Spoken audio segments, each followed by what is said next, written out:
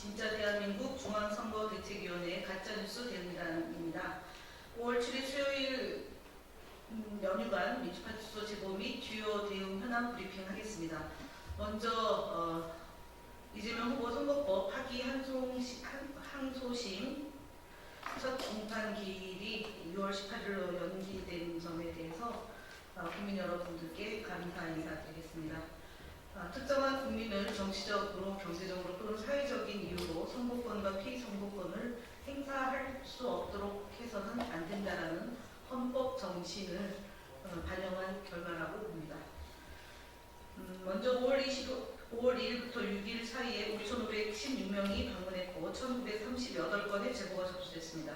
매체별로는 네이버가 19.09%로 가장 높은 수치를 기록했고 그 뒤로 유튜브 16.67%, SNS 15.07%, 현수막 6.66, 커뮤니티가 6.50 순으로 제보되었습니다. 연휴간 있었던 주요 제보 내용을 말씀드리겠습니다. 이재명 후보에 대한 살해 예고 및 살해 선동들이 지속적으로 유포되고 있습니다. 우선 5월 2일 페이스북을 통해 이재명 후보를 겨냥한 살해 예고 게시물이 유포되고 있다는 제보가 다수 확인되었습니다. 해당 게시자는 지옥 잘 가라 등의 표현을 사용하며 명백한 살해 의사를 드러내는 위협적인 글을 반복적으로 게시한 것으로 나타났습니다. 또한 5월 5일에는 DC인사이드 국민의힘 갤러리라는 온라인 커뮤니티를 통해 살해를 선동하는 글이 유포되고 있다는 추가 제보가 접수되었습니다. 해당 게시자는 과거 이재명 민주당 후보가 피습당했던 영상을 공유하면서 이건 말곤 답이 없어 보이면 추천 등의 문구를 통해 살해 행위를 지적하고 있습니다. 이와 관련해서 민주파출소는 현재 관련자에 대해 법적 조치를 준비하고 있다는 점 보고드립니다. 전 국민 계몽운동 명칭의 허위 전단지가 유포되고 있다는 제보입니다. 선거를 앞두고 특정 정치 세력을 비방하고 허위 사실을 유포하는 내용의 전단지가 배포되고 있다는 정황도 포착되고 있습니다. 연휴 기간 중 다수의 제보에 따르면 신원을 알 수 없는 인물이 옥외 게시판을 돌며 전단지를 부착하는 장면이 포착되었고 해당 전단지에는 선관위 부정선거, 공사나 민주당 간첩법 개정, 예산삭감 등과 같은 관련된 내용이 포함되어 있습니다. 이러한 전단지 내용은 민주당을 공산 세력과 연결시키고 윤석열 대통령을 옹호하려는 극우 성향의 선동 메시지를 담고 있으며 전 국민 계몽운동이라는 명목 아래 유포되고 있습니다. 민주파출소의 확인 결과 해당 전단지를 배포한 단체는 중국 유학생은 100% 잠재적 간첩, 사전투표도 오직 대만식 수개표 등의 구호가 담긴 현수막도 도심 곳곳에 설치하고 있는 것으로 확인되고 있습니다. 가짜뉴스 대응단 주요 대응 현황 보고드리겠습니다. TV조선 펜앤마이크에 대해서 엄중히 제소 등 언론 대응 보고입니다. TV조선은 지난 5월 2일 더불어민주당 의원총회에서 백혜련, 김동완 의원이 최상목 전 부총리 탄핵안에 반대했다고 보도하였습니다. 그러나 두 의원은 해당 보도 내용이 사실과 다르며 탄핵에 반대한 적이 없다고 명확히 밝혔습니다. 또한 펜앤마이크는 4월 25일 기자 사설에서 일제강점기 당시 대한민국의 국적이 일본이었다는 주장을 전개하며 관련 내용과 무관한 이재명 후보의 사진을 삽입해 보도하였습니다. 이는 언론중재위에 제소했습니다. 여론조사 인용 보도와 관련해서는 오차범위의 결과에 대해 순위를 단정적으로 표현해서는 안 됩니다. 그럼에도 디지털타임즈와 더 퍼블릭은 오차범위 내에 있는 여론조사 결과에 대해 어떠한 설명 없이 우세를 단정적으로 보도한 것으로 유권자에게 유불리한 영향을 줄 수 있도록 보도하였습니다. 이에 대해 인터넷 선거 보도심의위원회에 이의 신청을 제기하였습니다. 스카이데일리와 관련해서 2월 27일 언론중재위에 합의한 단독 이재명 대규모 전쟁으로 인간 개체수 줄여 보도에 대한 반론 보도 게재와 관련해서 3월 7일까지 이행하기로 한 합의사항이 5월 2일에야 동시에 이행된 것으로 확인되었습니다. 언론중재위원회 중재결정은 확정 판결과 동일한 효력을 가지며 정해진 기한 내에 이행하지 않을 경우 1일 50만 원의 이행지체금을 발생합니다. 우리는 언론이 책임있는 자세로 합의사항을 성실히 이행하기를 기대하며 해당 지체금에 대해서는 인사소송을 통해 정당한 법적 절차를 밟을 예정입니다. 5.18 민주화운동과 관련해 북한 개입설이나 더불어민주당 국회의원이 유공자라는 등의 허위사실이 지속적으로 유포되고 있는 네이버 카페, 블로그 등 10여 건에 대해서도 방송통신심의위원회 민원을 신청하였습니다. KBS 라디오 전격 시사, TV조선 시사쇼 정치다 등 편향 왜곡 방송 사례에 대해 선방심의 심의 신청 현황을 보고드리겠습니다. 연휴에도 방송의 편향적인 진행은 지속되었습니다. 5월 2일 KBS 1 라디오 전격 시사에 출연한 한 패널은 더불어민주당 이재명 대선 후보를 대상으로 사실 왜곡 발언을 일삼았고 학위 한송심 관련 내용 토의에 있어 재판에 대한 자의적 해석을 하였습니다. 어떤 사람이든 재판은 공정하게 받을 권리가 있고 심각하게 침해한 것입니다. 같은 날 SBS 보도 김태현의 정치쇼에서 출연한 김재석 국민의힘 의원 또한 이재명 대선 후보와 더불어민주당을 대상으로 사실을 왜곡해서 발언하였고 공포심을 주장하는 허위 발언 또한 있습니다. 위와 같은 사례들은 방송은 재판이 계속 중인 사건을 다룰 때에는 당사자의 공정한 재판을 받을 권리를 침해하지 않도록 유의하여야 한다는 방송심의에 관한 규정 제11조 재판이 계속 중인 사건을 위반하고 있습니다.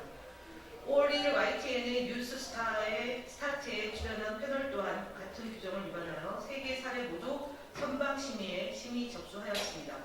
또한 김재원 국민의힘 김문수 대통령 후보 비서실장은 5월 5일 KBS 1 라디오 전격 시사에 출연하여 이재명 대선 후보와 민주당을 대상으로 사실을 왜곡하여 발언하였으며 여론조사의 결과에 대해 언급하면서 조사 의뢰자, 조사 일시, 조사기관 단체명 등 사항을 시청자에게 명확하게 인식할 수 있도록 발언을 하지 않았습니다.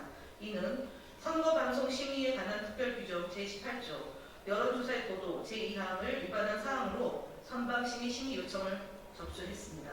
이 외에도 TV조선의 시사쇼 정치다 프로그램은 5월 2일, 3일, 4일, 5일 연달아 출연한 패널 및 발언 시간에 대한 형평성에 어긋나게 진행하였으며 이는 불균형 패널에 대한 공정성, 객관성 위반 사항으로 4건의 선방심의를 제기하였다는 점을 말씀드립니다.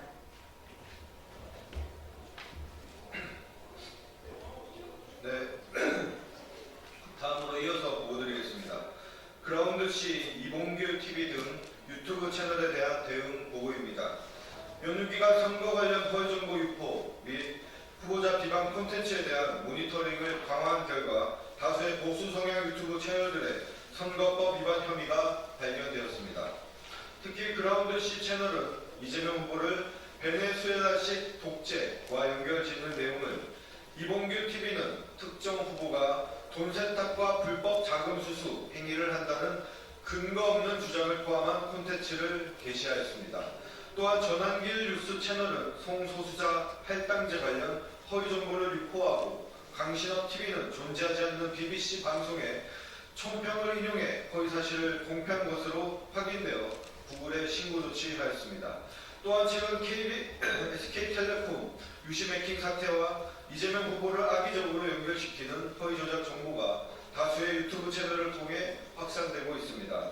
배승희, 이봉규TV, 김사랑 등의 채널은 민주당과 이재명이 선거자금을 마련하기 위해 SK텔레콤 해킹 사건을 일으켰다. 코나아이가 유심을 제작해 SK텔레콤으로부터 대금을 선지급받아 수백억 원의 자금을 유출했다는 등의 근거 없는 허위 주장을 유포했습니다. 사실 확인 결과 코나아이는 SK텔레콤에 유심칩을 공급하지 않았으며 해킹과 선거 자금 사이의 연계는 완전히 허위 사실이었습니다. 또한 일부 채널은 SK텔레콤 해킹이 부정선거를 준비하기 위한 것이라거나 교체될 유심칩에 중국 통제용 프로그램이 설치되어 있다는 등의 황당한 음모론을 제기하여 해당 내용들을 수집해 구글에 신고 접수하였습니다. 또한 선거기간 중 주요 유튜브 채널들의 공직선거법 위반 패턴을 분석한 결과 대법원 파기환송 판결을 유죄 확정으로 왜곡하는 허위사실 공표, 이재명 후보를 범죄자, 전과자로 지칭하는 비방 행위, 상대 진영 인사들을 시체, 곰팡이 나는 사람들로 표현하는 인신공격성 발언, SK텔레콤 유심 해킹 사태를 선거자금 마련, 코나아이 수백억 자금 유출, 부정선거 준비 등으로 왜곡하는 악의적 음모론 유포가 특히 빈번한 것으로 분석되었습니다. 이러한 악의적 가짜뉴스 유포 채널에 대해 구글 신고와 함께 정보통신망법상 명예훼손 혐의 또한 공직선거법 위반 혐의 등으로 법적 대응을 적극 추진할 예정임을 밝힙니다. 다음으로 후보자 성명 포함 불법 현수막에 대한 대응 보고드립니다.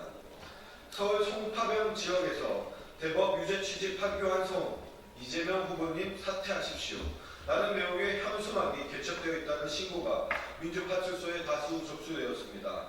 확인 결과 해당 현수막은 국민의힘 소속 김근식 송파병 당협위원장이 개첩한 현수막으로 해당 현수막은 이재명 후보의 이름을 적시해 대통령 선거에 영향을 미칠 의도를 명백하게 인지할 수 있는 불법 현수막입니다.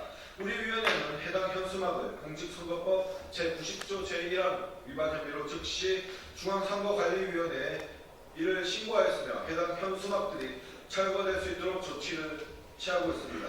또한 향후 유사 사례가 재발하지 않도록 선거관리위원회에 강력한 대응을 요청하였음을 밝힙니다. 다음 국민의힘 거짓말 시리즈입니다. 국민의힘 대선 주자 거짓말 시리즈 22번째입니다. 지난 5월 3일 국민의힘 대통령 선거 후보로 선출된 김문수 후보는 과거 구구 행적이 부각되는 것이 부끄러우신 모양입니다. 심지어 지난 4월 24일 국민의힘 경선 맞수 토론에서는 자유통일당 정강훈 목사와 아무런 관련이 없다라고까지 주장하였습니다. 하지만 이제 와서 과거에 자신을 부정하는 거짓말을 한다고 해도 과거는 지워지지 않습니다. 김문수 후보는 2010년 1월 31일 정광훈 목사와 함께 자유통일당을 창당했습니다.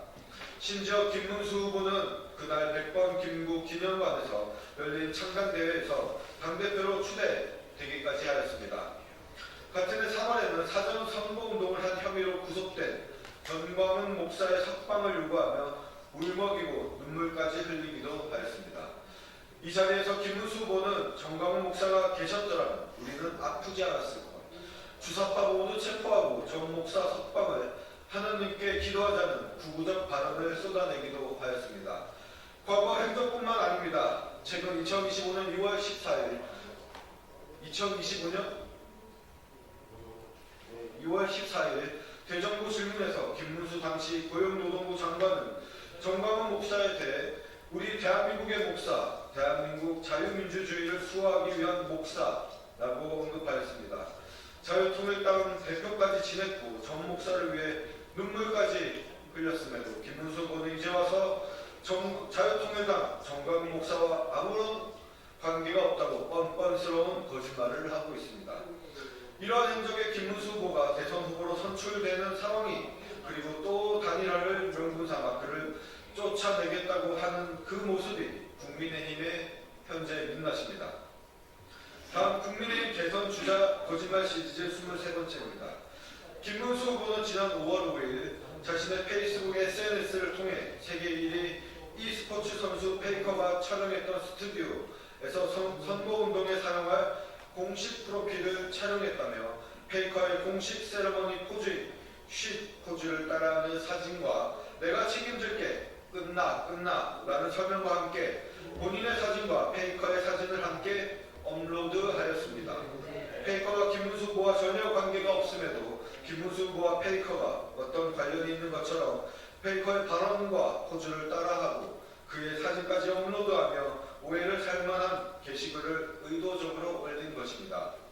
이에 대해 페이커 선수가 소속된 T1 측은 6일 페이커 선수는 어떠한 정치적 입장, 정당 혹은 정치 캠페인과 무관하다며 게시글 삭제 등의 조치를 취하기 위해 노력하겠다고 밝혔습니다.